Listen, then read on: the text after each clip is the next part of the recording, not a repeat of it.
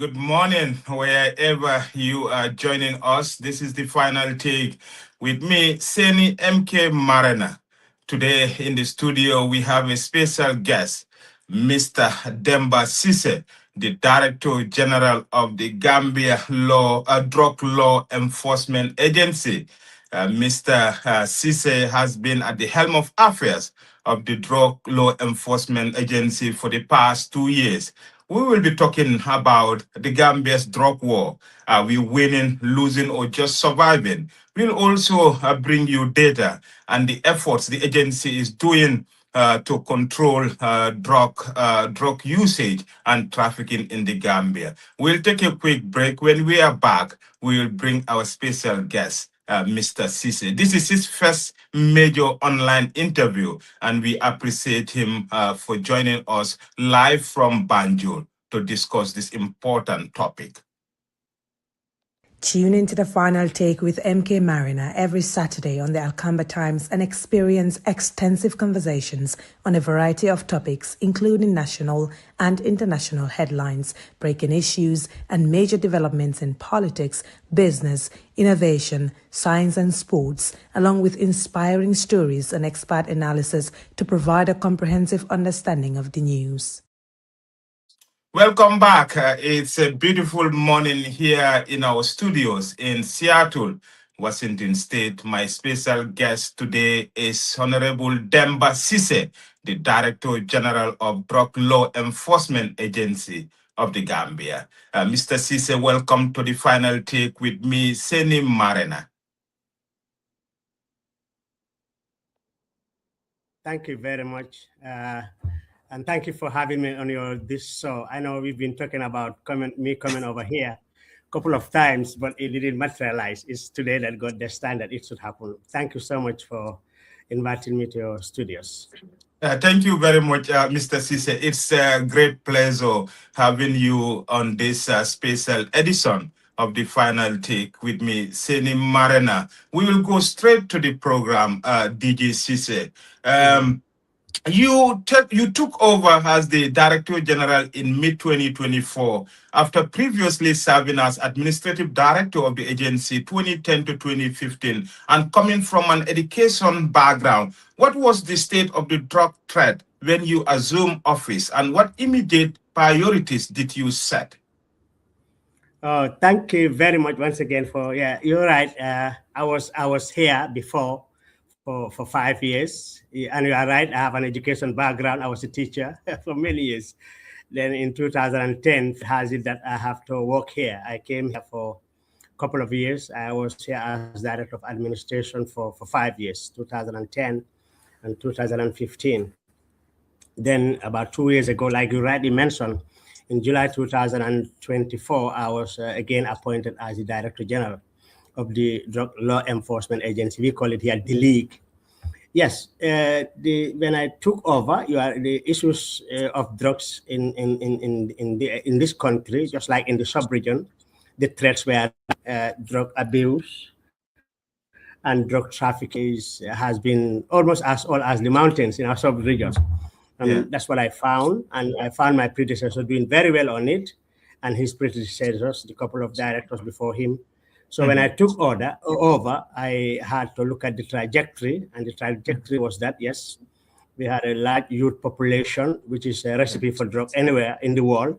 So I had to look at that seriously with my team. And we also understand that that was not peculiar to the Gambia. Drug abuse was not, and still not, and will not be peculiar to the Gambia. But that was what I found, and that's how I had to face head on with my team. And alhamdulillah, I cannot say there's no way we can wipe out drugs in this country 100%. But like I say, authoritatively, we are doing our utmost best to address the situation as regards both trafficking and abuse. Okay. But looking back at your past 2 years under your leadership, what concrete step or changes in strategy, structure, or culture have you introduced at the agency? Yes.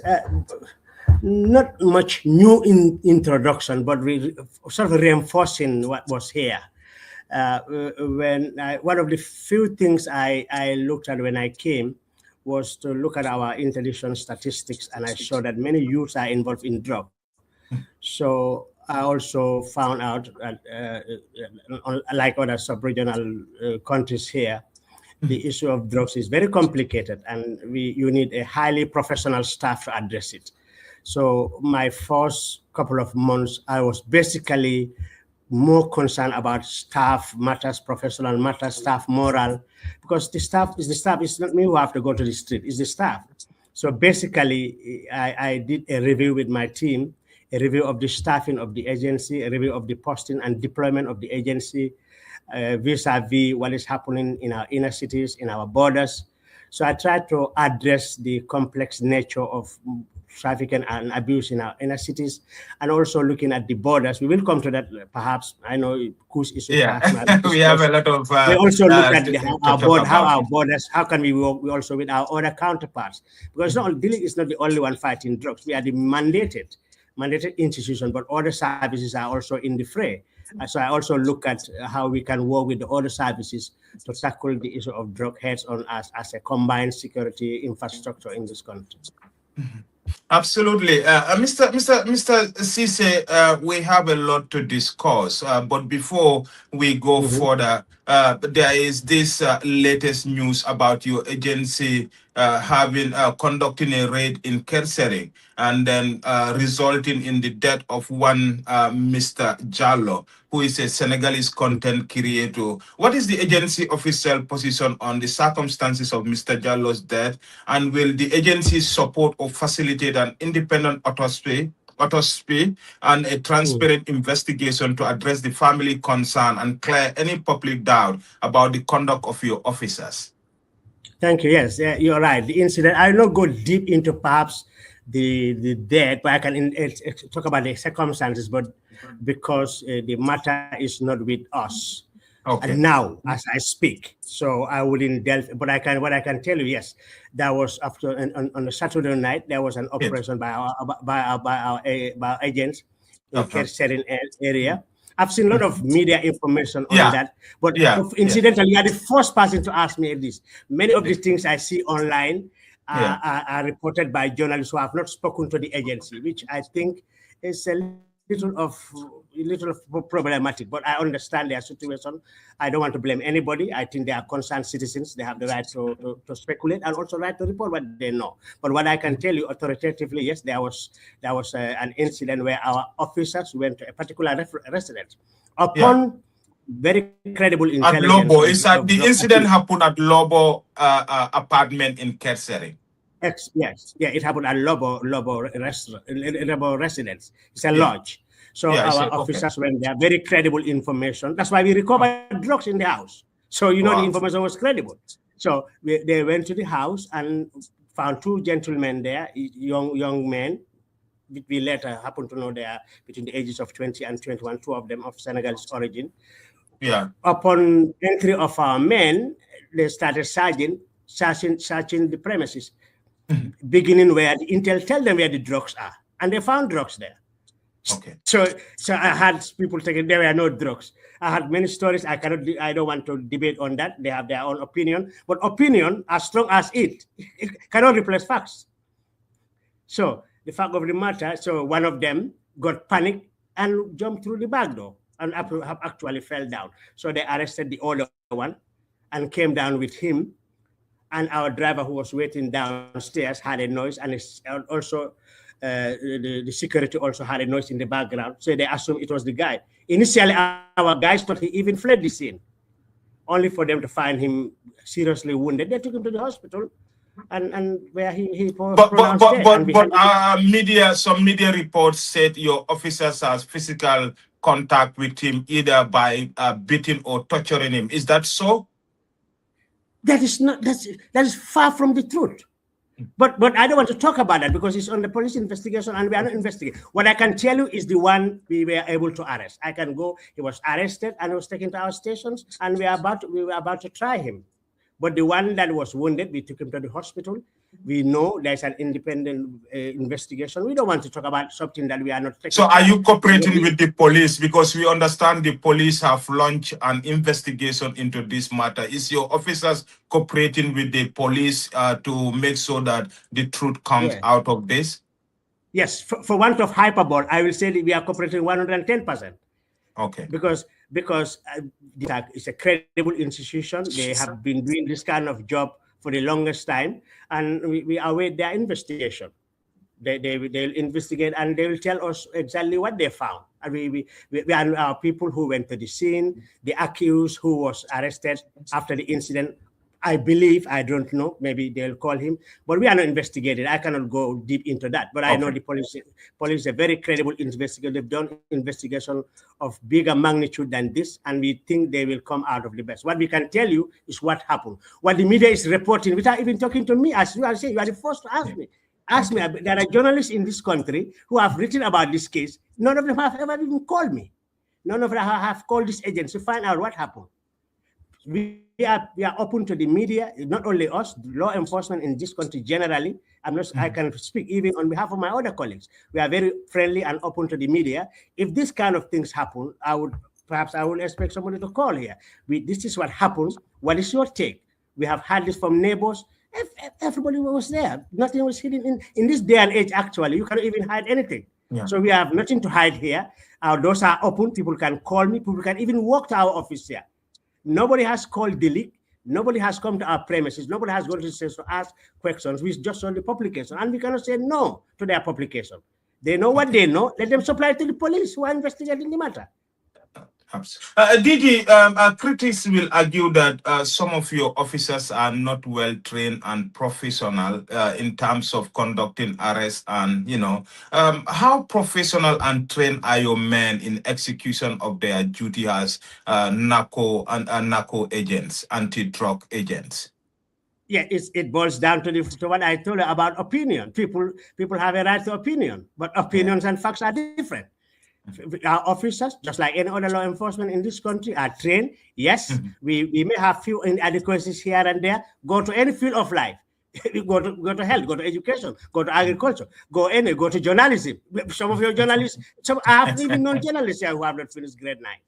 So it happens. We may have officers, 1 or 2 or 3, or I cannot quantify, who may go outside the ambit of the law occasionally, and if that happens, as a management, we take care of that. We know what we have done with our men, even before with my predecessor. We know in the spirit of the security sector reform, what law enforcement in this country are doing in terms of capacity and in terms of training on human rights, how the issues related to law of engagement, how force, particularly proportionate and credible, can be used, how you cannot do anything outside the ambit of the law, and if you do, us here at Delete, I don't want to spill the beans on what we did on some of our men or women who have been found wanting in terms of trying to breach the code of conduct of the agency, particularly with their dealings with the community. Because after all, these are the communities we serve. You cannot brutalize people. You cannot terrify people. They are the one we are serving. So the opinion of our men and women may not be professional. I think that is highly exaggerated. We have but DG, what you said, you have an internal disciplinary mechanism in place when officers who are accused of misconduct are, brought before and then investigated, right? Absolutely, we do. We have a professional and human rights standard unit, which is responsible for staff professional issues, and we have our working tools. We have our staff service rule. We have our code of conduct. Of course, we have the Constitution of the Gambia. Everybody knows at least the basic law. Even if you are not law enforcement, you know what you are supposed to do and not supposed to do. So if our staff are found wanting, which on a case by case it has happened, we have disciplinary measures, which includes include even termination. And since I took over, we have terminated staff here due to professional issues. And it's not only the league; it's law enforcement general in this country. We are trying to be as professional as possible, but we are also asking people to come up if they know of any violations that they can report credibly. We have situations where people make accusations. They know our office. They know my PRO. They know nobody sends an official complaint. but we see them in the media. We cannot contest it, and this is freedom. Of course, we know what happened in this country from 2016 to now. The freedoms we are enjoying, which is good. But then we are here to be contacted. Contact us for verification. We will be there.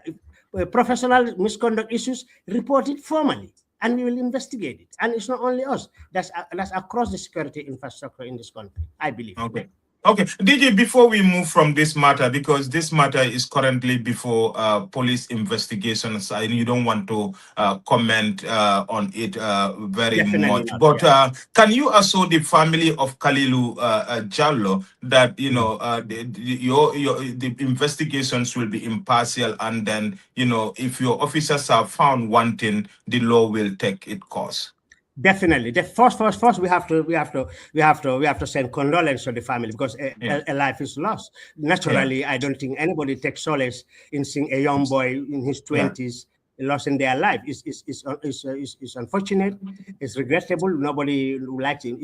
It's nothing to do with being Senegalese or Gambian. But we all mourn him, definitely, even here at the league and all over the country, a young person enterprising perhaps. But in terms of the investigation, we know, not even, we are 100% sure the police will do a great job in it. They have all the potential. They have done even investigation on matters perhaps of a high scale than this. Our officers will cooperate with investigators. They have been cooperating. That's an instruction. They have been cooperating, and whatever come out of that investigation, if it vindicates us, be it so shall it be. But if it incriminates any staff, we cannot even hide about it. The report is a public document. There's no way we could say somebody has not done X when the report says he has. And if that happens, we have our measures for disciplinary breaches, and those measures will be taken care of. Absolutely. Thank you very much for those joining in right now. This is the final take with me, Seni Marina. In the studio today is a special guest, the Director General of the Gambia Drug Law Enforcement Agency, speaking to me live from Banjul in his office in Banjul. Mr. Ceesay, let's look at the data, CISO's arrests and trends in drug issues in the Gambia. In 2024, your agency recorded at least 1,208 drug cases and 1,219 arrests, with a notable increase in interdictions in second half of the year and a sharp rise in successful prosecution. Can you update us on the trajectory into 2025 and 2026? Are these CISOs and arrests still rising? And what does that tell us about the scale of the problem, the drug use in the Gambia? Because we have seen there is a rise in young people, into drug abuse right now. Yes, yes. The statistics are there, and figures, numbers don't lie naturally. If you look at 2020, I came in middle of 2025, and when we did some serious deployment and transfers, particularly across the borders, it immediately paid off. Interdiction levels rose up, almost skyrocketed between August 2024 and December 2025.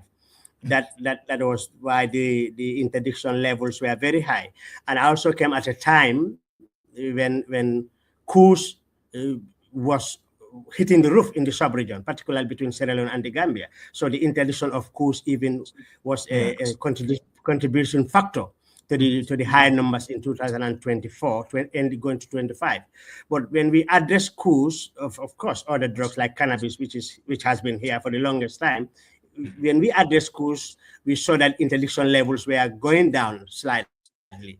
And the figures, you are right, there were more seizures in the second half of 2025, heading towards 2024, heading to 2025, to the extent that the statistics started go down when we I won't say it's 100% successful, but when we address the issue of influx of coups from our borders, and we remain with our traditional cannabis, which has been here, we are also addressing. But statistics-wise, the figures have gone down.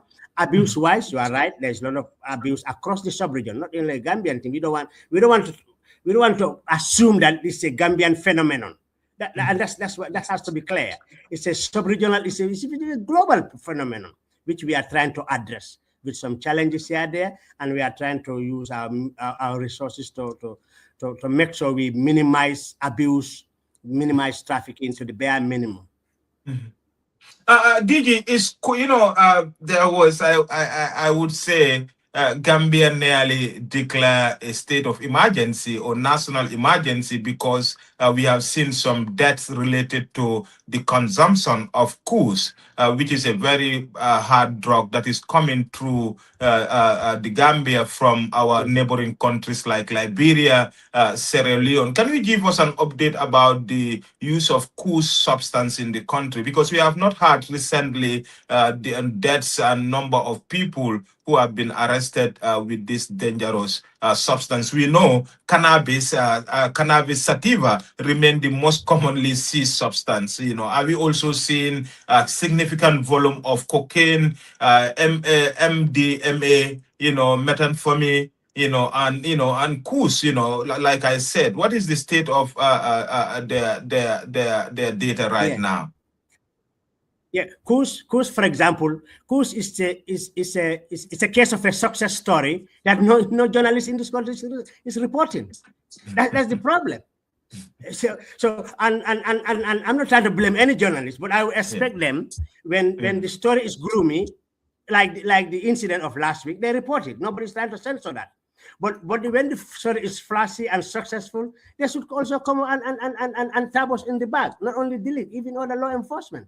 Coos, for example. So that's why I'm asking him, because we have not had news about coos unlike early last year or mid last year. That is why I'm telling you, coos is a successful story. When I took over 18th of July 2024, coos interdiction, coos hospitalization was hitting the roof in this country. No disrespect to my predecessor, but it was a sub-regional crisis. Sierra Leone, yes, absolutely. Sierra Leone, Liberia, Gambia, my predecessor and team were doing very well. But when I took over, one of the first things we did with my team is we know where the problems start. We know first it's entering from Sierra Leone through Senegal. We know that. Yeah. So one thing we did, we deliberately said, okay, let's ramp up our operation across the border.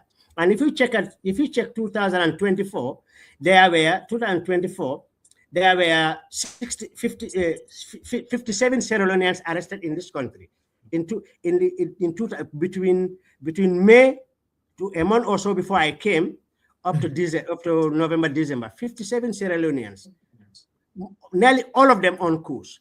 So we know the coos is from Sierra Leone. No disrespect to them as a nation, but that's where it originated from. We know one way of fixing coos is fixing the border, because it's not like cannabis. It wasn't produced here. So we work with other services like the police, the immigration, because we are not the only one in the border. We have to make that clear.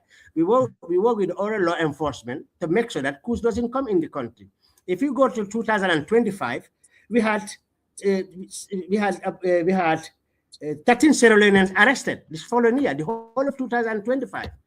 From 57 in 2024 to 13 in 2025, now between January and June, 7 Sierra Leoneans. So from 57 to 13 to 7, it means the people bringing coos here, they know if they come here, they'll be caught. So they are not bringing. So Didi, you want to say that the source of coos importation in the Gambia is mostly conducted by foreign nationals, and these are Sierra Leonean from record. That's definite. Yes, that's definite, because the arrest, because these are from the figures. Figures don't lie. When we arrest people, they tell us where they come from. So even if you look at our intelligence statistics, in 2024, July to December, our statistics was 10 to 15 coos interdiction per week. Wow.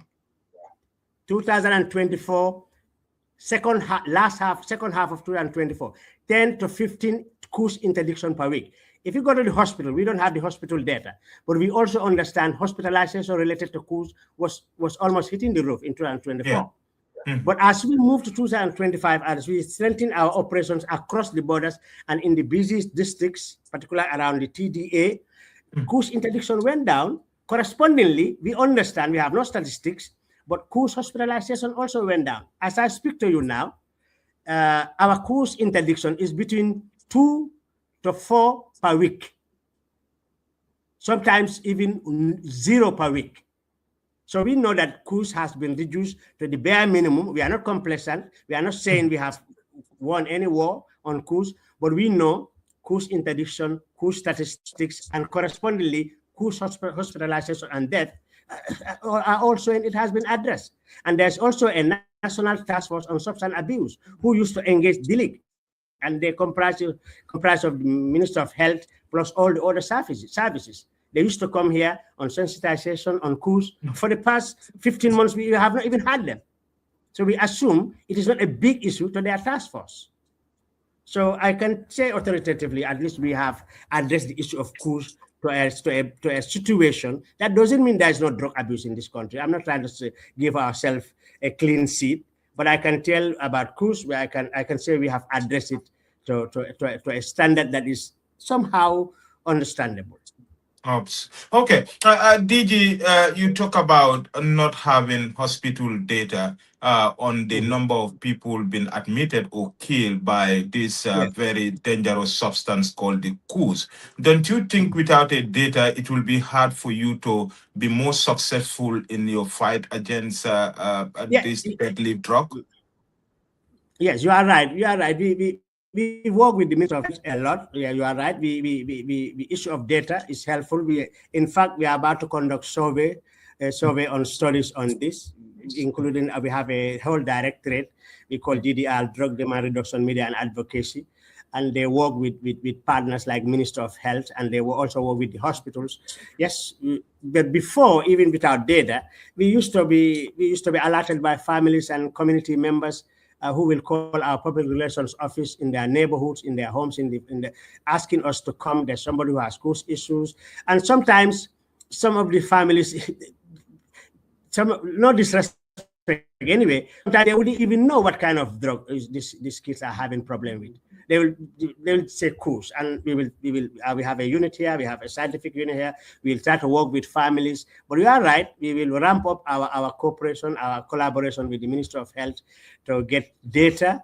There's no excuse about it. Data informs decision, informs policy, and it will help us to understand the trajectory and as to our readiness towards perhaps an outbreak, because we are not even saying Coos has been conquered in the sub-region. We know it can surge again, and we don't want to become complacent or caught unawares. Absolutely. DG, Gambia is frequently described as both a consumer market and a transit corridor, especially for cocaine heading towards Europe. How accurate is that assessment today, and how has the nature of trafficking network evolved in the Gambia and the sub-region? Because Gambia has been used as a hub for cocaine trafficking. DG, if you remember, during the former regime, Jammeh's time, some South Americans were caught with millions, street value of cocaine. Later, they were jailed, some were released, some died in prison. And we have seen that trend. Recently, we have seen your officers raiding nightclubs where some big men were arrested. If cocaine still passing through Gambia to Europe. Yeah, cocaine is. Maren, you're speaking as if it's the sub-region. It's not Gambia alone. Yeah, but they are using Gambia as a transit. They are using Gambia as a transit, to go they are using to the Europe. sub-region as a transit. I would rather look at the bigger picture than you come back to the Gambia. It's the sub-region that has been, for the longest time, been used as a transit for hard drugs to Europe. And that's what every drug agency in the sub-region is trying to grapple with. We cannot say, no, it's not passing through here. That would be a lie. It's what we can do is to be alert. And that's why we even call the community for support, for people to give information. Where we can, we will interdict. Like you talk about the 2010 Ceesay case. Ceesay, yeah, of 2010, cocaine, of cocaine in Bonto. People built a warehouse. Built a warehouse. Yeah. And tons and tons of cocaine. No community member reported it. So the community will perhaps come to the issue of how we want the community to support us. They are doing it, but we want them to support even more, because cocaine trafficking can only thrive when there's no information. If there's information, it won't thrive.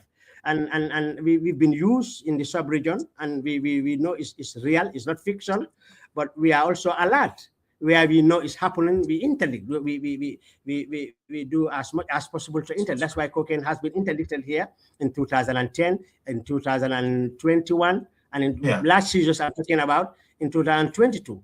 So all this interdiction are contingent on information. Sometimes based on our own work and expertise. Sometimes craving on the support and cooperation of members of the community. And that's where we think we can win the war on trafficking if we get the support that we really need. And it's happening.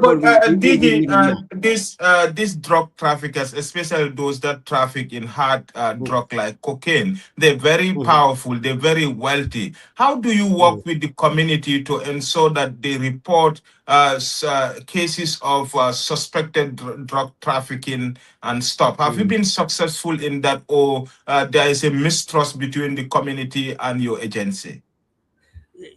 How we work with them, we have a modus operandi, which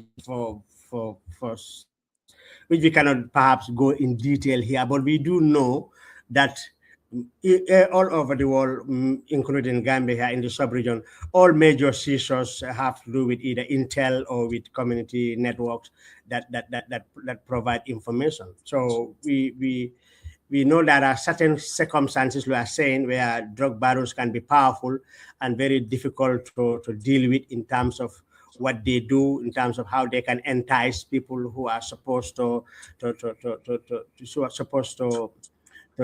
report them to law enforcement.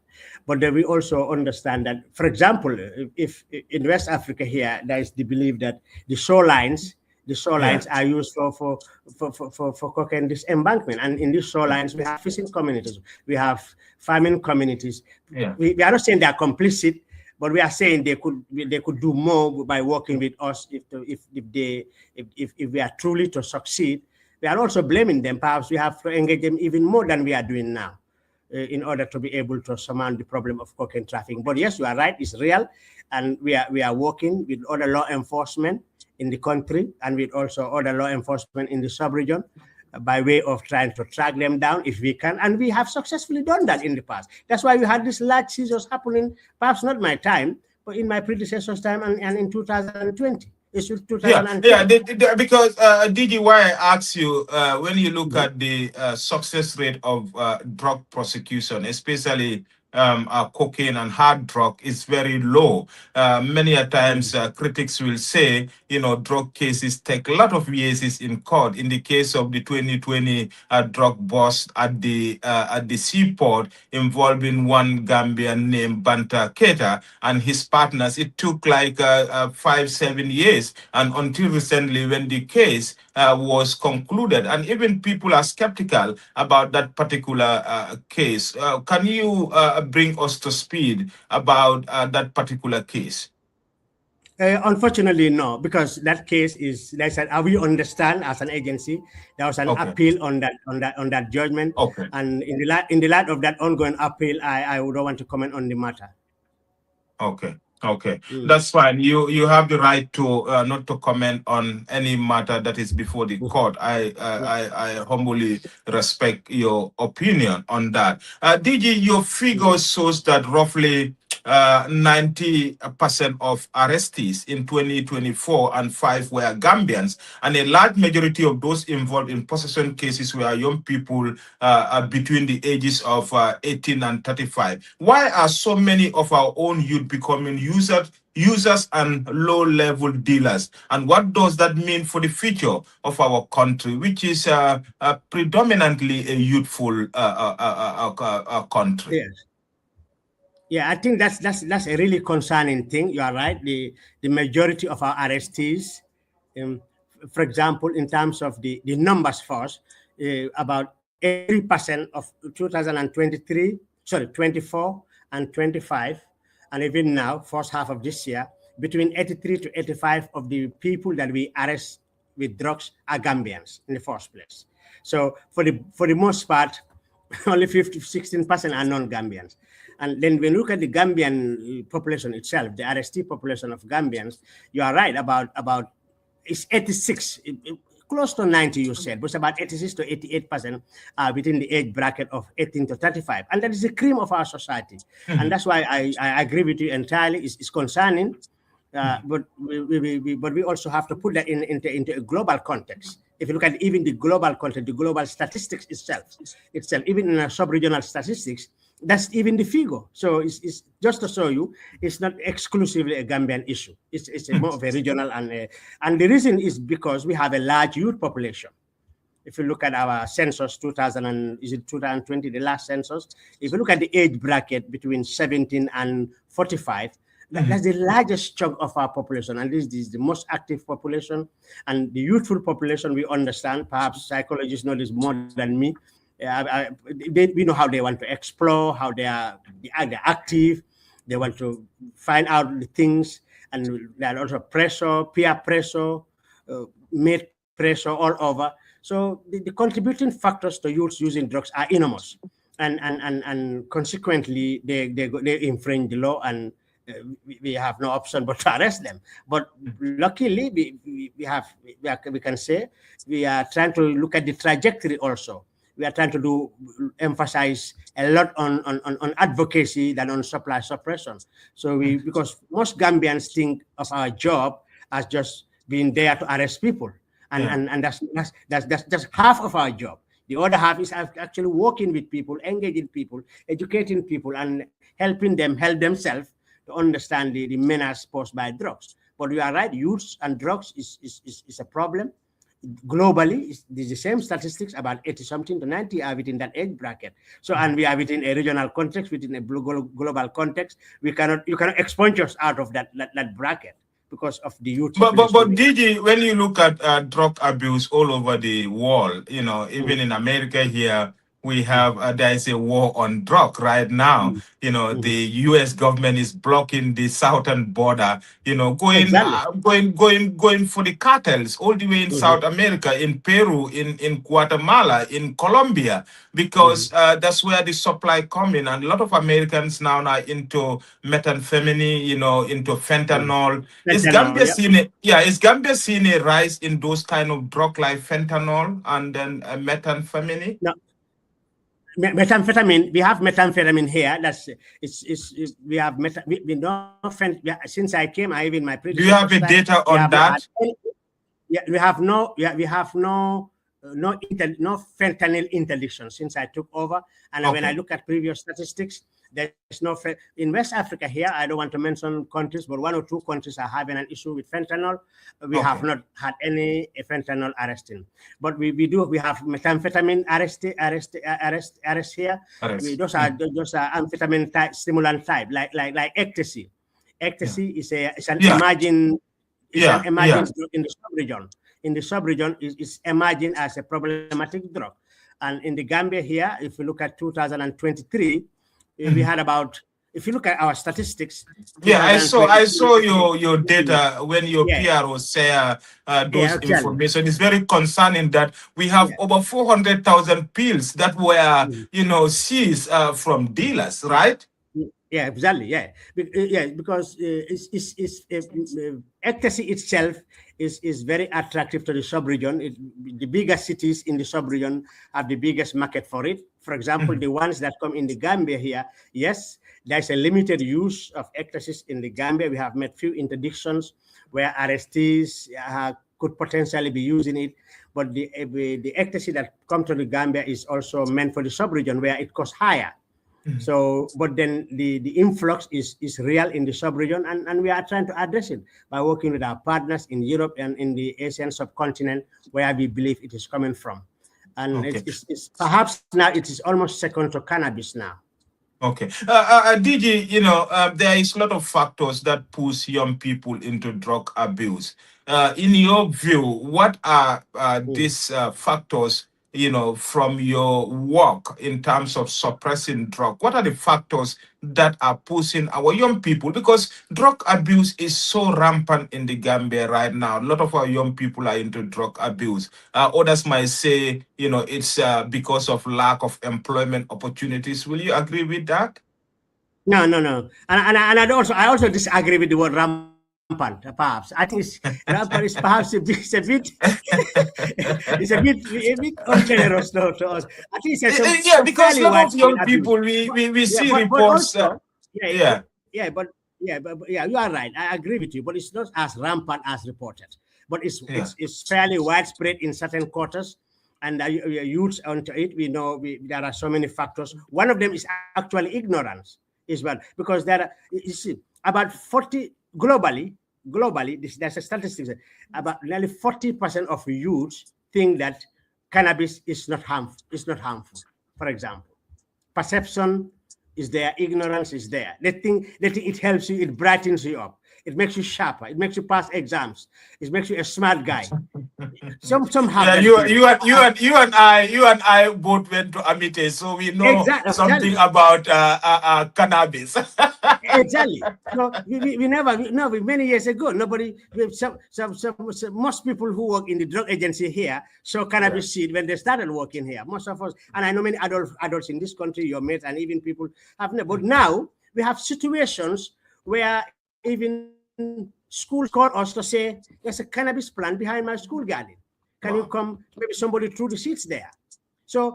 But it's not as widespread as people are saying, but it's there. But that's why the league is also here. That's why law enforcement is also here, because we know it's real. We know the youth are attracted to it. We know there's some little ignorance. We know there's also peer pressure. Unemployment, I don't think is an excuse for taking drugs. You don't get drugs by you don't get a job by taking drugs, because perhaps if that is your excuse, I'm taking cannabis because I have no job. Nobody takes drugs because they Yeah, have no job. but Of DG, course, if the we issue are of idleness. productive, yeah, Mhm, DG, if we are productive like me and you, we will not mhm. have time to indulge into drugs. So that's why Absolutely, you're right. people Mhm, frame, laziness or lack of productivity, to mhm, drug abuse. Because if we are mhm, sitting every day without work, and mhm. then drugs are available, you will actually, go into drugs. Yeah, I understand. But in the states where employment is perhaps one of the highest in the world, people use drugs a lot for Yeah, that matter. right. Even in Yes. Japan, even the most industrialized countries. So I there might be a little nexus between employment and drugs. I agree. I'm not going to disagree with that. Yes, if like the old saying, the idle man is the devil's workshop. If you Yeah. are sitting, you're not doing anything, perhaps Yeah. it's easier to lure you into something illicit than if you are doing something else. That one is incontestable. I agree with that. But then the issue of neglect, we have even seen families. Of course, we cannot blame them, but because the drugs for us here, we have perhaps I will talk about that later. We have a situation where we are not trying to blame youths. Some of the youth who are using drugs, we think they might not be. They are just victims, and we have to be very careful to separate between the victim and the perpetrator. So we want to support those who are into drugs. We want to make sure that we and their families can work together to see how we can get them out of drugs. And of course, you are right, employment is part of it. And in the Yeah. amendment bill that we submitted, we have Mm. created something where we can do some skill training for people that we think we can help to recover.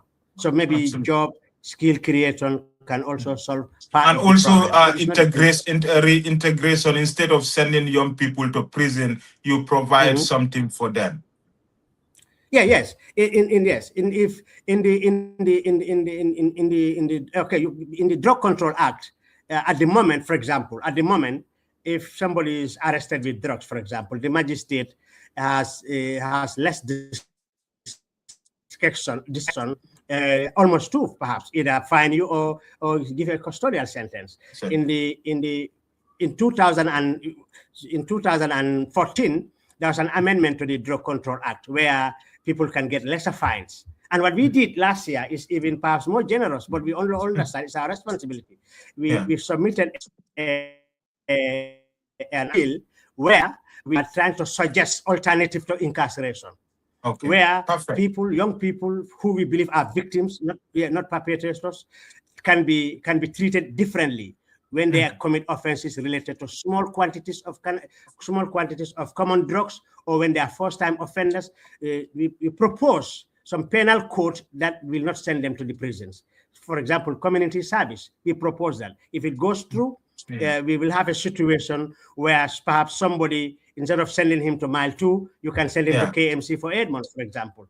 These are proposals that we have made in the new amendment. We don't know if it will go through, but if it goes through, it will show you some of the, it will answer your first question, whether we are winning or not winning, because it will show you that we are trying to address the issue of youth who are victims, who you cannot blame, who you need to support. They need more support than as it obtains now, where there are no discretion on the side of the magistrate to give you something other than custodial or a heavy fine.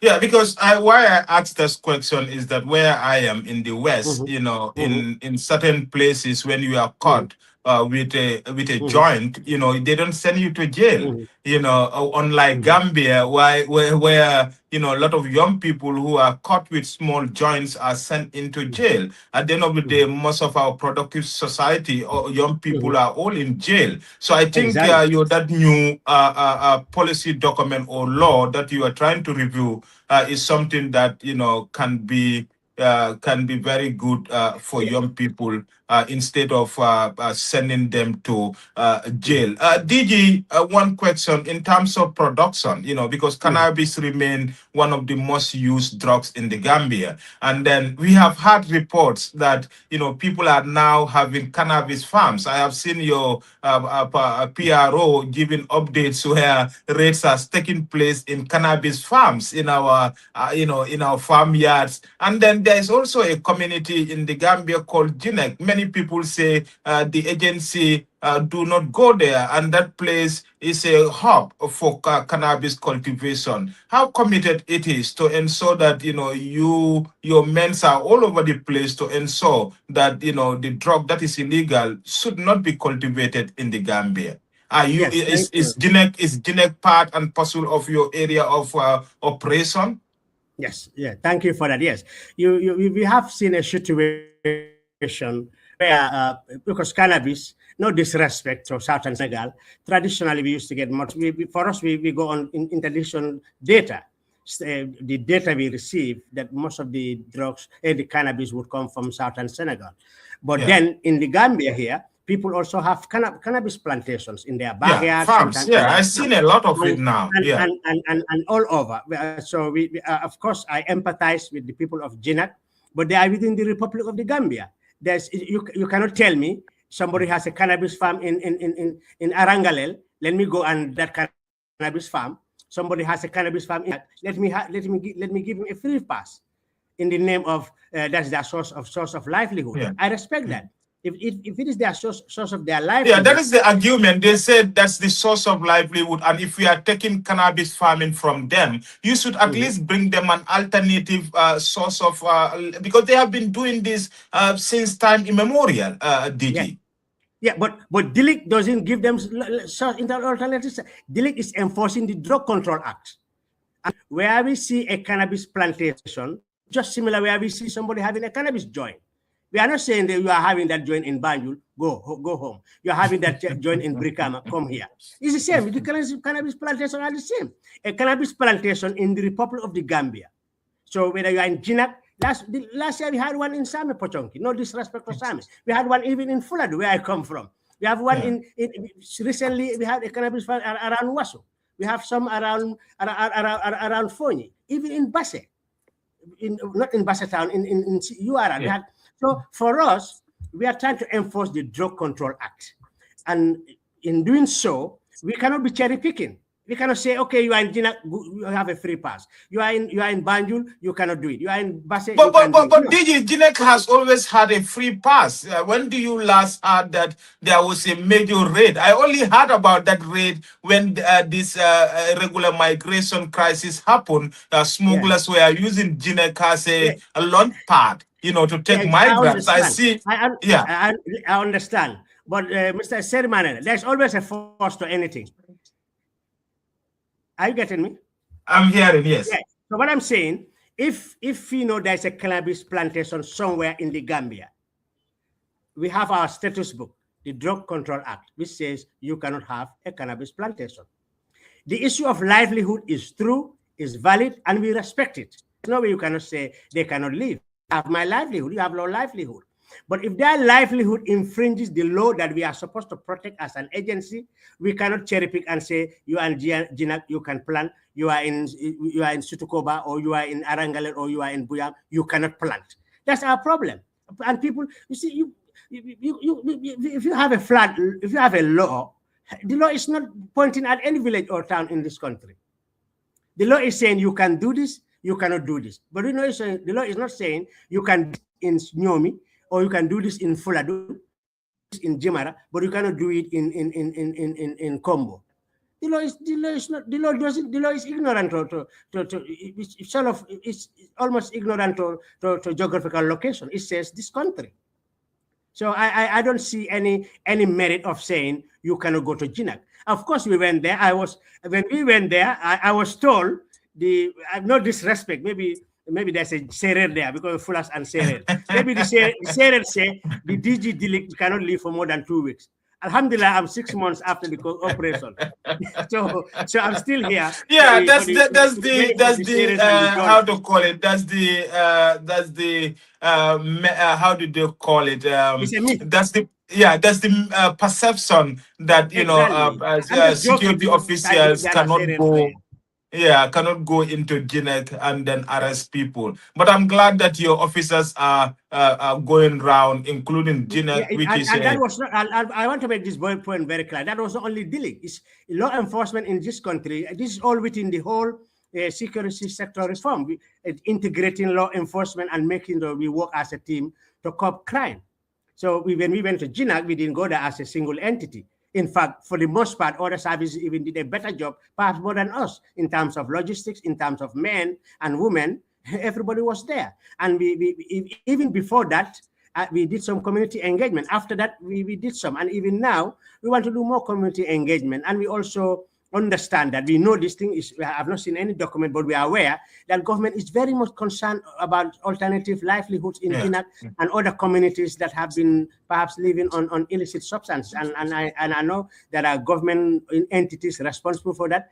And we also understand that engagement is at a very advanced stage for the people of Jinak and the communities around to be supported, to depend on other source of livelihood other than illicit substances. Because if they do, the rule is flat for every Gambian. You cannot do it, you cannot just do it. It doesn't matter where you come regardless of where you are and who you are. Yeah, because if you say you cannot go to a particular place, then you have no right also to go and destroy another plantation in another part of the country. Then you have been biased.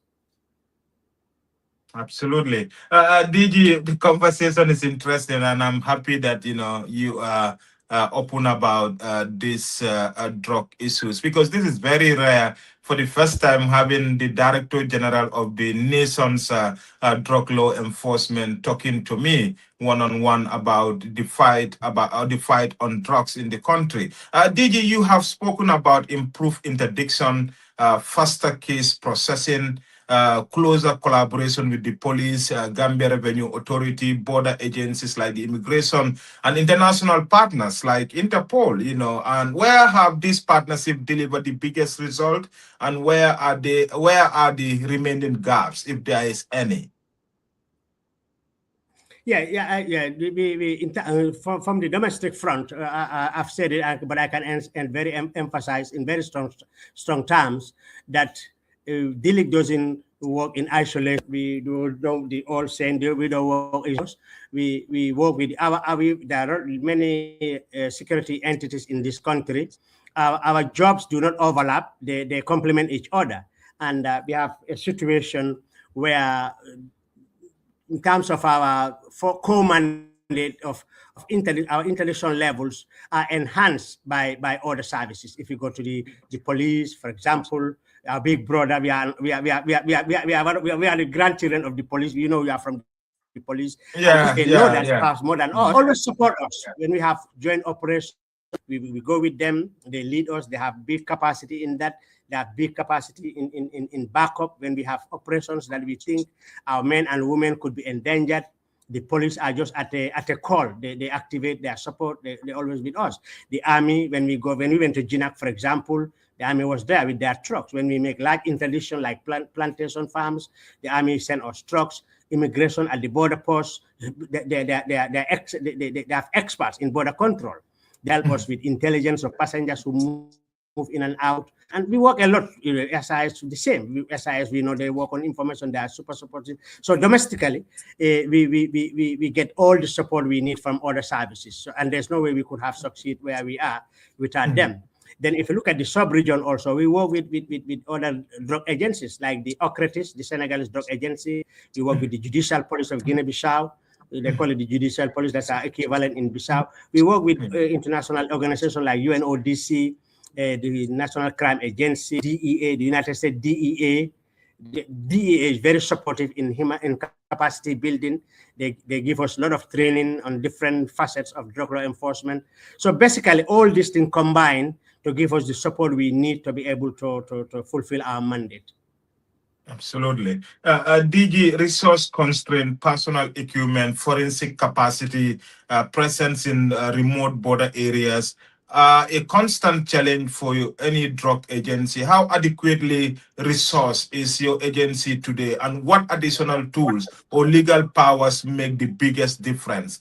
Because when you look at other drug agencies in the sub-region, they are well resourced. Like, they are even armed. Like the US, you have the DA agents who are armed, but in the Gambia, your agents are not, they don't carry weapons. You have made mention that you normally request backup from the army or the police when there is a major interdiction or a major raid.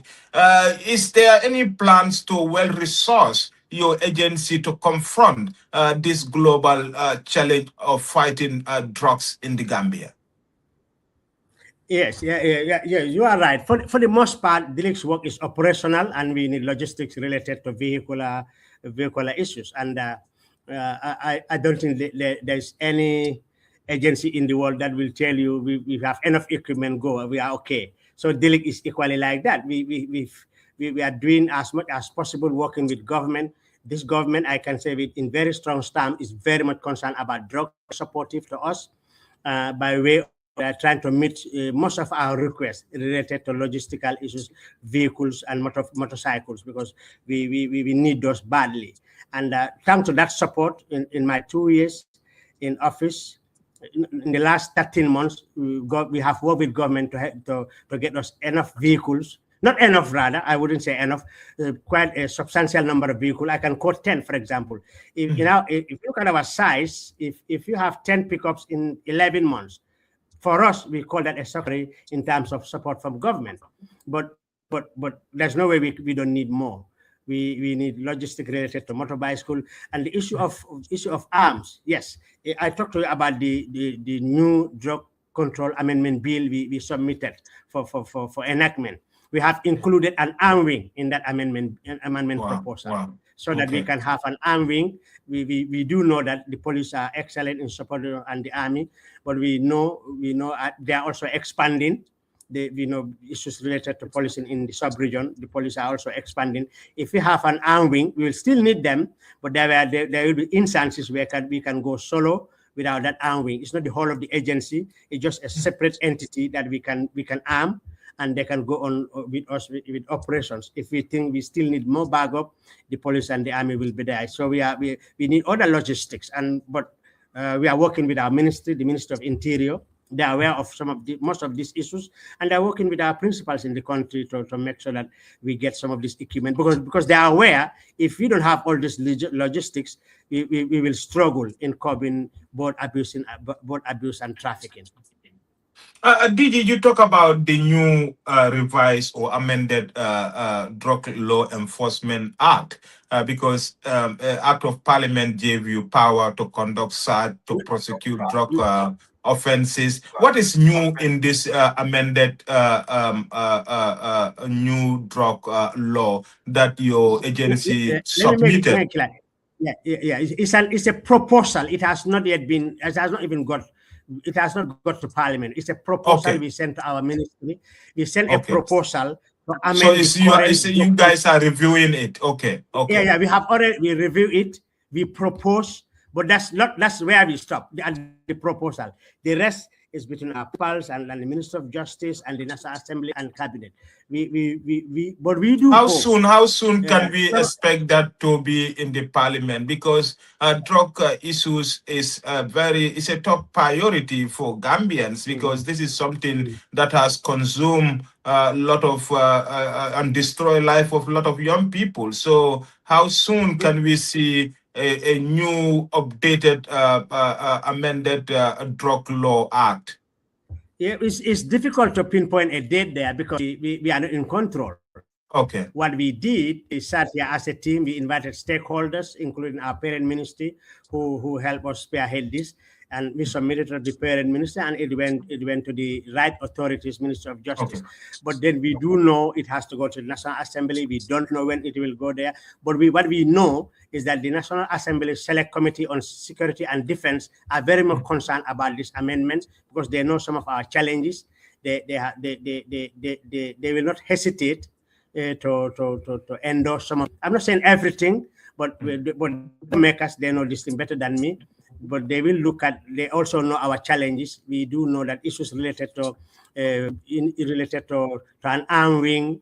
Most people will endorse it. Issues related to alternative to incarceration. Instead of sending young people to Mile 2 and Joshua, if you have alternative way of punishing them and also helping them rehabilitate their life. These are some of the suggestions we make in the new amendment bill, because drug issues keep evolving. And even in the next 10 years or so, what we are doing now, perhaps the people who come can see issues that we did not capture now, and they want to have it in the new dispensation. Is the new amendment in tandem with international best practice? Because you have international partners. You join hand to investigate and, if possible, arrest suspected drug traffickers. Because I said Gambia is a hub for drug trafficking. That didn't go well with you, but that's the reality. It's not Gambia, because if we say Gambia, you are trying to single us out in a sub. No, it's the region. It's the West Africa region. But Gambia and Guinea-Bissau are a transit hub for cocaine to Europe and South America, DJ. The volumes, I don't want to talk about the other countries, but the volume, because you are not privy to the statistics. That's why when you say the Gambia, I don't try to laugh, because I know what in terms of the figures and the statistics. So I don't disagree with you, because I understand that, and other people have the same feeling. But in terms of the Drug Control Act, we believe it will address some of the issues that we are particularly the issue like the young boy who sit at that corner smoking cannabis, doesn't know what to do, has lost his life. The parents have no hope on him. They think he cannot be anything in his life. We think of them. We think some of them have a future.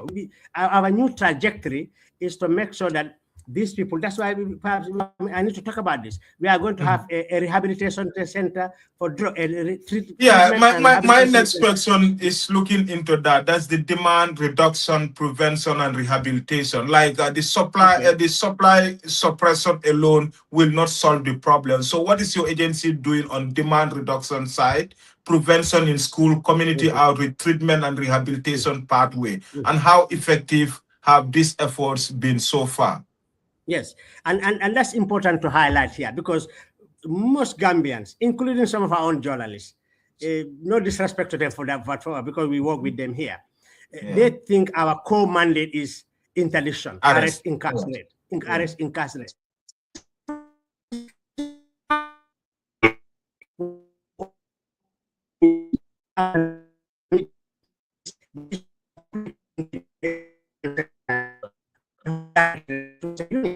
Created a directorate, have people there to work on advocacy, to work with families, to work with communities, to work with schools, to work with VDC, village development committees, to work with youth groups, women group CAFOs.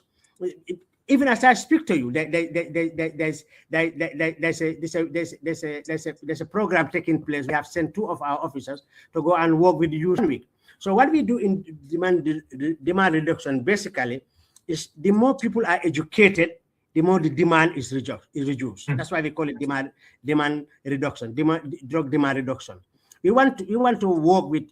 We have created 2-3 years ago, before I came, they created here drug-free clubs in schools, where schools, many years ago, when we engage schools, we'll just go to the assembly, morning assembly, which is about 1 hour or 30 minutes, and they allow us to speak for 5 minutes. Now we have a drug-free club in some of the schools where we can go and engage many students for a longer period. So basically, it's to educate people about the dangers of drugs. Then the second part of our DDR is what we call victim support, where we want to families and families, neighbors, colleagues, everybody to understand not everybody who deals in drugs is a bad guy. Some of them are low into drugs, some of them are trapped in it. So most of the young ones are victims actually. They need support. And that's why a few years ago, my predecessor engaged ECOWAS to get us a rehab center, because as I speak to you, there's no drug treatment and rehabilitation center in this country. And thank God that was, when I came, I made a follow-up to that with ECOWAS. And now most probably by early next year, we are going to have the first drug treatment and rehabilitation center. And that is perhaps going to be a little of a game changer, where we will work with the Minister of Health. They have a lot of expertise on mental health. We'll work with other stakeholders in this country, youth groups, advocacy groups. We have a lot of youths who are working on substance abuse. And of course, we also have a whole directorate here that have people who have got training in what we call the universal treatment curriculum, where they got some expertise how to manage victims of drugs and rehabilitate their life and work with them.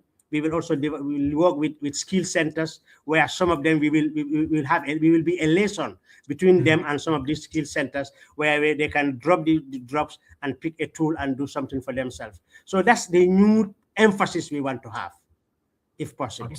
Absolutely. DG, we are almost at the tail end of this interesting conversation, but I have some few more questions to ask you. Critics sometimes argue that the high seizure and arrest numbers can create the impression of activities without necessarily dismantling the most powerful network or reducing availability on the streets. How do you measure real success beyond the data? No, real success is between data and feedback, because our data shows our interdiction levels, our prosecution level, and also feedback from members of the communities, and also prevalence. Prevalence itself is a success story. We want to make sure that prevalent abuse in our street, which you mentioned, which I cannot disagree, because I have a situation where even as DG, I sometimes see it. But then it is not as scary as the address it also. That's the part I want us to highlight as well. And that's when I see it is not been highlighted, the success stories, not only law enforcement generally do in this country, because we do a lot in common here. We know there are some hotspots in this country that perhaps we can do even more, and we want to do even more. And that's why we are calling for support. We're calling for community support where we can succeed. Because we do know we cannot succeed alone.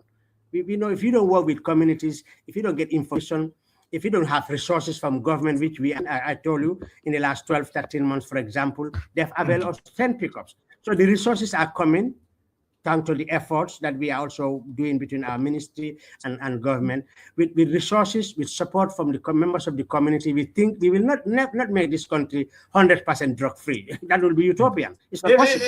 DG, some critics also believe that government is complicit in this drug issue. How committed is the government of the day in terms of fighting drug and drug trafficking in the country? For what I have, particularly in the last 2 years, I think that's not true. Government is not complicit. If government was complicit, perhaps I would not get the support I'm getting from government. My predecessor, not this, he did excellent job here. But I cannot see any time where he was able to get 10 vehicles in 12 months. I'm not saying the government was not doing well then. I'm just trying to show to you how well government is doing in terms of for supporting DILIC, because we asked for vehicular logistics, they provided. We ask for capacity building, they provide. And on our own part, we have to respond. We are not saying government is giving everything. I would also lie. There's nowhere even in the any drug agency gets everything they need from government. Even in the United States, they need something perhaps from government. That they are getting, some they are not getting. Because I also work with other drug agencies across the world. I know some of their issues. I'm not saying they are okay, but there's no drug agency that tells you my government has provided everything that I need. I don't know of any.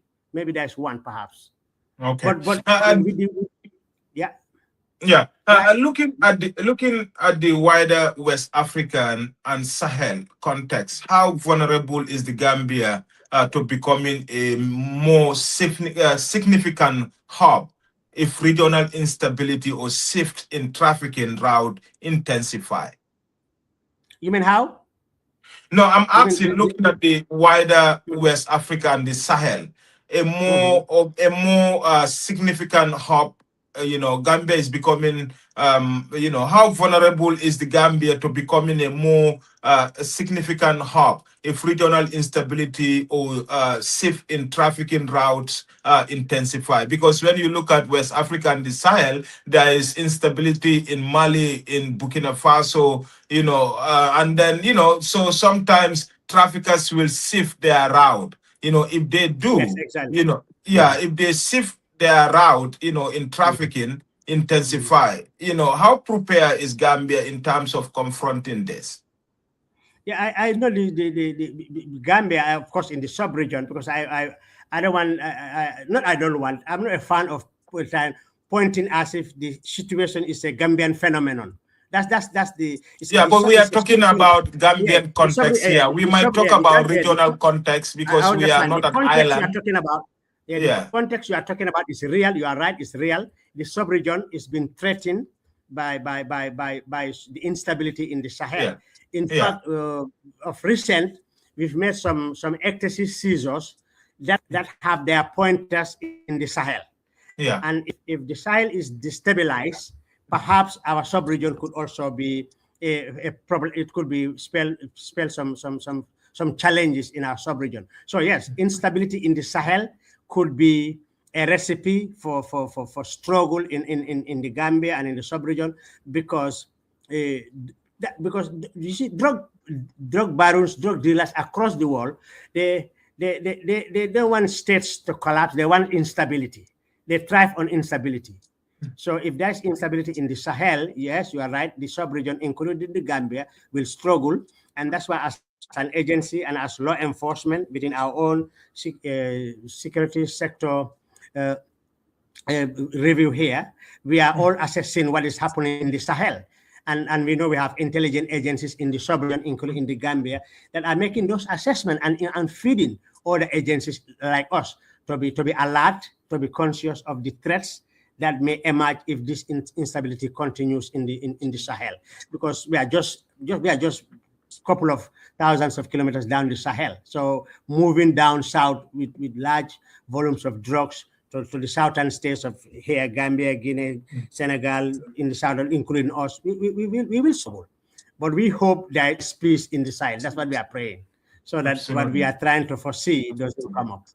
Okay. DG, in terms of making your agency the best security force in the country, you need capacity. And recently, we noticed that most of your officers going to university, some are university graduates, but concerns have been raised that, most of the graduates there do not receive promotion as they supposed to, and then there is also issue of allowances. Many complain that what their counterparts are receiving in other sister security forces with their degrees like bachelors and masters, that's not applicable at your agency. What efforts are you doing to encourage graduates? Because the more graduates you have, the better in terms of professionally handling your executing your job. Do you have plans to recruit more graduates and give them incentive to to at least have a success in your fight against a drug? Yeah, we do. We place a high premium on education and training here at DILIC, and I also know, I even know some law enforcement where we have so many. Not only they have so many people with graduate degrees and so forth. Yeah. We value it here a lot, but we have to understand DILIC. For the if we have situations where we are, for example, we are looking for narcotic officers, for example, somebody we can recruit and send to Yerobawa, for example, or somebody we can recruit and send to Brikama or to Abuko station, and we know this person. We have a starting salary for that person, for example, starting salary, and that starting salary mainly attracts somebody who just completed grade 12 with a good credits in grade 12. I'm giving a scenario. Then you have somebody who was a teacher like me, or who is working in another place, who has his degree in agriculture, in education, and he comes and say, I need a job at DILIC. And we tell him, DILIC is not like other institutions that have an accounts directorate with 20 accountants, or the directorate with 15 or 20. You see what I mean? We have a procurement 20. No, those units, you have 1 or 2 people. Most of our staff are narcotic officers on the streets. So we tell this gentleman, this is what is available. And because he wants to change job, he said, I will take it. And he comes he takes the job that should have ideally that comments that a grade 12, I'm not saying every grade 12, that is meant for a grade 12 candidate. And the grade 12 candidate who just finished from school is happy with the job, goes to the station, goes to the field. And then the graduate comes and says, I'm a graduate, I cannot do this. But we explain that is what is available. Sometimes we explain this to some people, that this because we are law enforcement. There are ranks you go through. If we don't have a vacancy for a particular rank, we have a vacancy for a junior rank. And you say you still want to change job. And you are qualified. If you are qualified, we cannot say no. We tell you this one is available. You take 2 minutes down, 3 months down the line, you start say graduate allowance. I have a master's degree. We say no. The position you opted for, we have already told you, is a first-class position. So DG, is promotion at DILIC based on experience or merit? Because most of these graduates said, they are being headed by people who are not even graduates. No, that's not true. It's on board. You see, law enforcement is different. It's different. I was in the academia. I know the difference. Yeah, I know the difference. Here, in law enforcement, you have somebody here who has worked for example, 15 years and rose through the ranks. You see what I mean? Rose through the ranks from first class, second class, corporal, sub-inspector, inspector, ASP, deputy commissioner. Then if you say Marina comes from the university from University of Armitage High School with a bachelor's degree. Yeah. So if there's no vacancy that commensurate with your degree, there are people who have come here with degree and we place them high because there's a vacancy that, for example, when I first moved here myself, I came with a degree, but they didn't start me somewhere because there's a vacancy to where I was placed in 2010. We even have graduates here who came here. There's a vacancy to where their degree is commensurate. But for some of our staff, some of our people in this country, perhaps for what some people want to change job, they can take any junior position just because they want to come out of that agric field or that classroom. And the vacancy doesn't exist. The only thing that exists is a junior rank. And if you have the junior rank, promotion doesn't come every day or every year. It's not like the other service or like other agencies. It's not like this year you move, next year you move. Apart from the government incremental rate, our promotions don't come handy every day or every month. So when they come, we look at both. We look at education and we look at experience. So if you only have your bachelor's degree with, for example, with 1 year experience, somebody has a diploma with 15 years experience, you cannot bully him with your bachelor's degree. And we have a situation where sometimes graduates, no disrespect, tend to bully people with experience. And I don't think that's fair. Of course, we encourage, even here, we go to our prosecution unit. Half of them have a bachelor's degree, all paid for by this agency. So there's no way we can shy away from improving capacity, improving standard, raising the bar by way of educating our staff. So we encourage it and we'll promote based on both experience and paper qualification.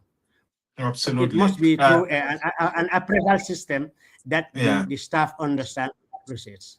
Okay. DG, thank you very much. The topic of discussion here is Gambia's drug war. Are we winning, losing, or just surviving? After nearly 2 years in the role, where do you place the country on that spectrum? And what would winning realistically look like over the next 3 to 5 years? When I look at those three parameters, I'll say we were winning. Big time for that matter. And I understand people's opinion, but I told you right at the beginning, opinions, no matter how strong they are, they are opinions. They are not facts. So and I respect people's opinion, and I also encourage people to contact, like you did, encourage people to contact us. But I think we are winning. If you look at, let's start look at the issue of cannabis, for example. Yeah. Before 2014, the penalty for possession of cannabis, and that is possession, anything below 2 kilograms. Yeah, possession, cannabis, yeah. You know, we have possession and trafficking. Possession, you have it, likelihood you are using it. Traffic, you have likelihood you are trading it, and it's a larger and distributing it. 2014, just to show you how we are winning. Before 2014, if a young man is caught with even 10 grams of cannabis, you know the penalty then? 250,000. Yeah, 10 grams. 10 grams of cannabis. Only 10 grams. Yeah. Before 2014, the penalty was $250,000. Or 5 years in jail. Wow. In 2014, we sent an amendment bill. I was here. I can remember I was here. Just to show you how we are winning, as opposed to how you think we are not winning. No, no, I'm just listening. You know, then the amendment bill was sent. We said 250,000 is too much for a victim to pay. Absolutely. That's why our mile 2 was crowded with young people. So an amendment was sent, and it was approved. It went to justice, it went to cabinet. Cabinet saw some sense in it. It went to parliament. They approved it. They reduced the possession to 50,000. Oh. Yeah. So how many years? 50,000 and 50,000 and 50,000 and 8 months. So and 8 months in jail. If you are between 1 to 10 grams. Before 2014, that was 250,000 and 3 years. Wow. So in order to decongest the prison with young people with small quantities, we made an amendment, and it worked. So it's easier for a victim, because these small boys, some of them are victims. They are not perpetrators. They don't bring some of this cannabis across the border. They don't have plantation farms. They are just peer pressure and some other pressures. So now it's easier for somebody to pay 50,000 than 250,000. And now what we did now, I'm just showing how the amendment is, we are winning. And now what we propose now is even better. We are saying if you are caught with 1 to 10 grams, for example, and it's cannabis, we are saying the magistrate should have the option of sending you to KMC, not even mile 2. Community service? Community service, yes, community service. So they can send, instead of sending to I'm not saying, I say if the amendment bill goes through. Yeah, goes through. Yeah, I get you. Yeah. Instead of sending that young 17, 18, 19, 20 to mile 2, go and mix up with hardened criminals for 2 years or 3 years, you can now, at the moment, the magistrate don't have the discretion, because they have to go through the Drug Control Act or the Criminal Procedure Code, the CPC, both of which don't give the magistrate the prerogative to send this young boy to Brikama Area Council for 6 months. If the bill goes through, that discussion will be available to a magistrate. And you could say, because this is so small, because this is a common drug and it's small, instead of sending you to mile 2, I can send you to KMC for 6 months. And while they're at KMC, they report to our rehab center for counseling and guiding and counseling, and we lace them with apprenticeship. So that's the way forward.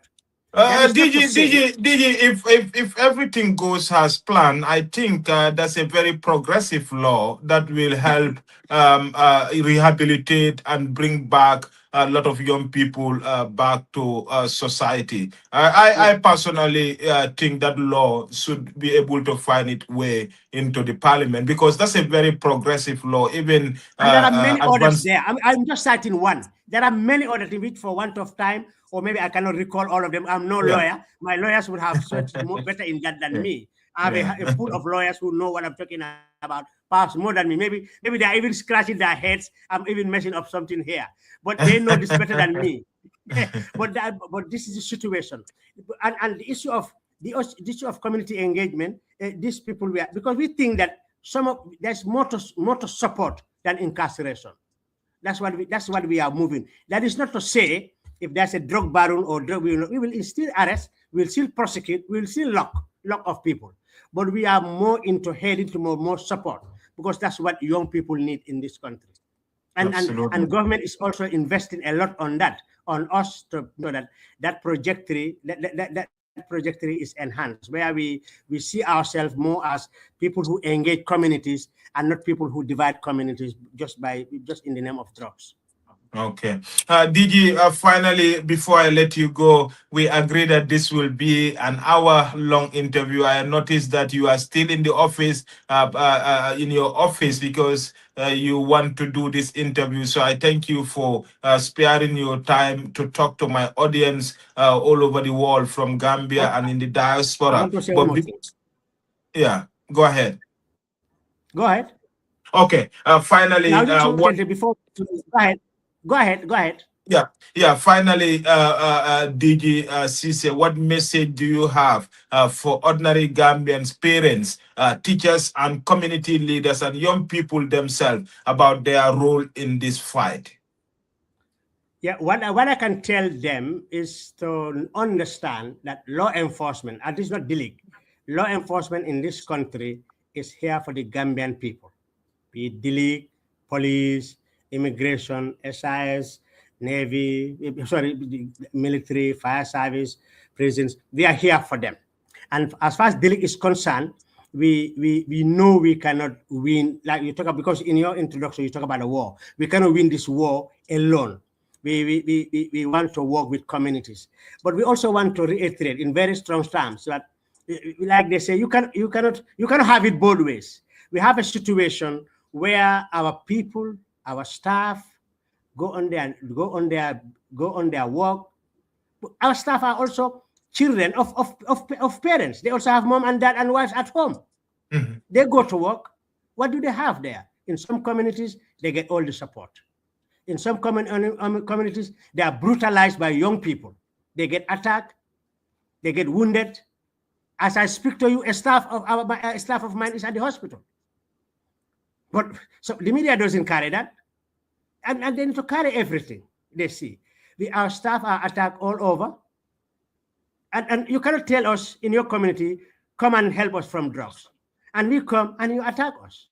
And that's what is happening in this country. And it's not Gambia. That's also not Gambia. We know that law enforcement general is facing that. So we are saying that the communities that are supporting us, there are many. For the most part, many communities are supported. We want to applaud them. We want to thank them.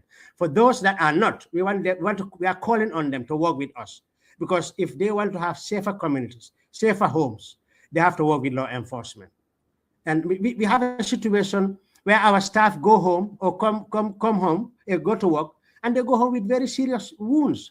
Sometimes they're hospital, sometimes they don't even go home. They come to work, end up at the hospital for 3 days. For what? For enforcing a law that they did not enact. They asked to enforce a law. We know we have some issues. We understand we have some young staff. We have some young people across the world.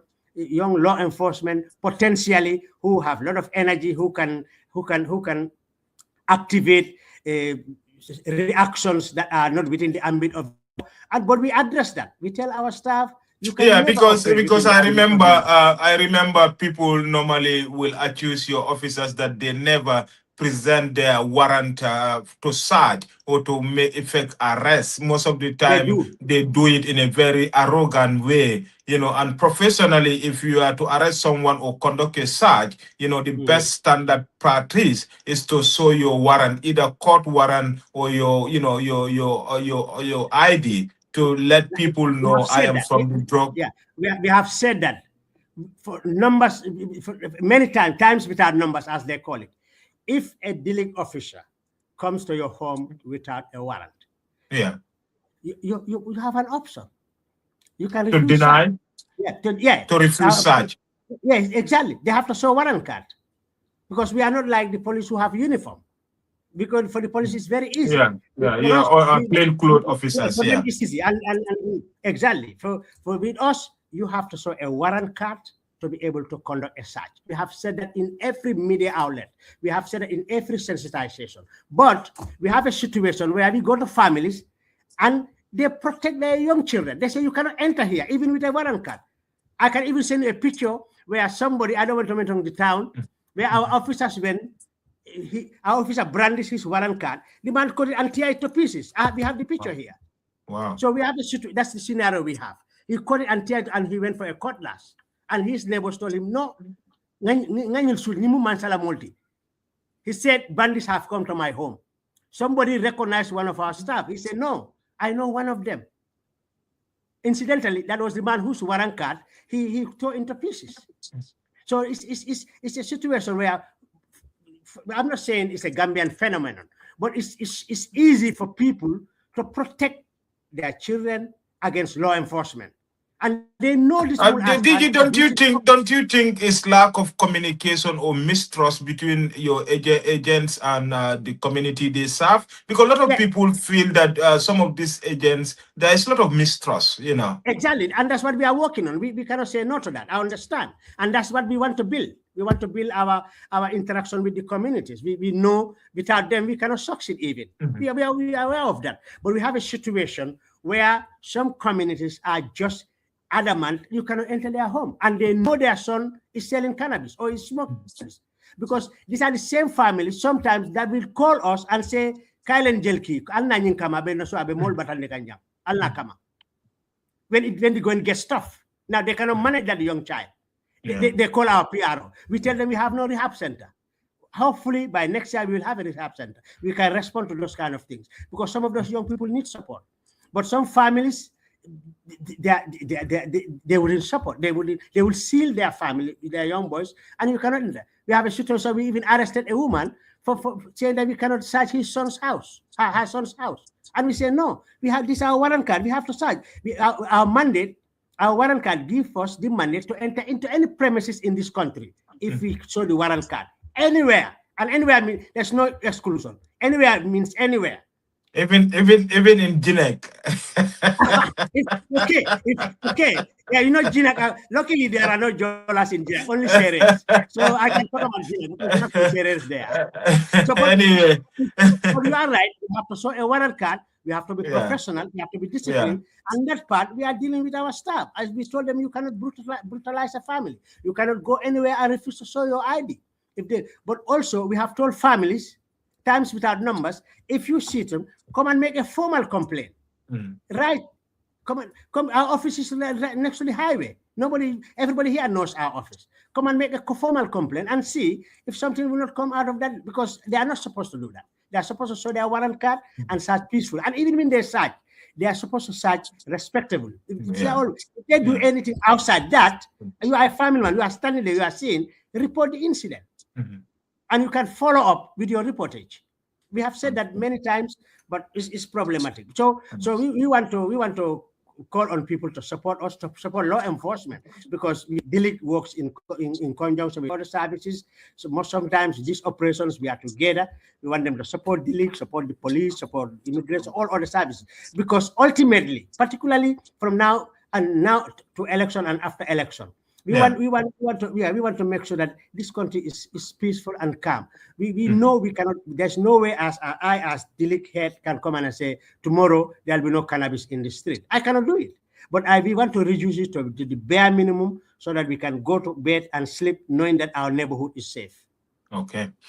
Going to bed and sleep knowing that our neighborhood is safe from illicit drugs and drug trafficking. That's the Director General of Drug Law Enforcement Agency, Demba Ceesay, speaking to me live from his office in Banjul. DG, many thanks for sparing your time to join me on this very important conversation. You know, I told you that we're going to have a 1 hour conversation, and here we are, 1 hour 35 minutes, I because know what to do. this is I'll send you this back is to a Armitage yeah. Yeah, we are both I'll deal he's with you. he's senior me in Armitage, but we are both former students of Armitage High School. Director General Demba Ceesay, many thanks. I appreciate you coming on my show. Thank you. Thank you. That's bring us to Thank you, the Marina. end Thank of you. I this. appreciate you. Yeah, thank you, sir. Brought us to the end of this marathon interview with Mr. Ceesay. We'll take a quick break and then we'll end the show here. Many thanks once again, Mr. Demba Ceesay, for your time to come to the final take with Tune me. into the final take with MK Marina every Saturday on the Alcamba Times and experience extensive conversations on a variety of topics, including national and international headlines, breaking issues, and major developments in politics, business, innovation, science, and sports, along with inspiring stories and expert analysis to provide a comprehensive understanding of the news.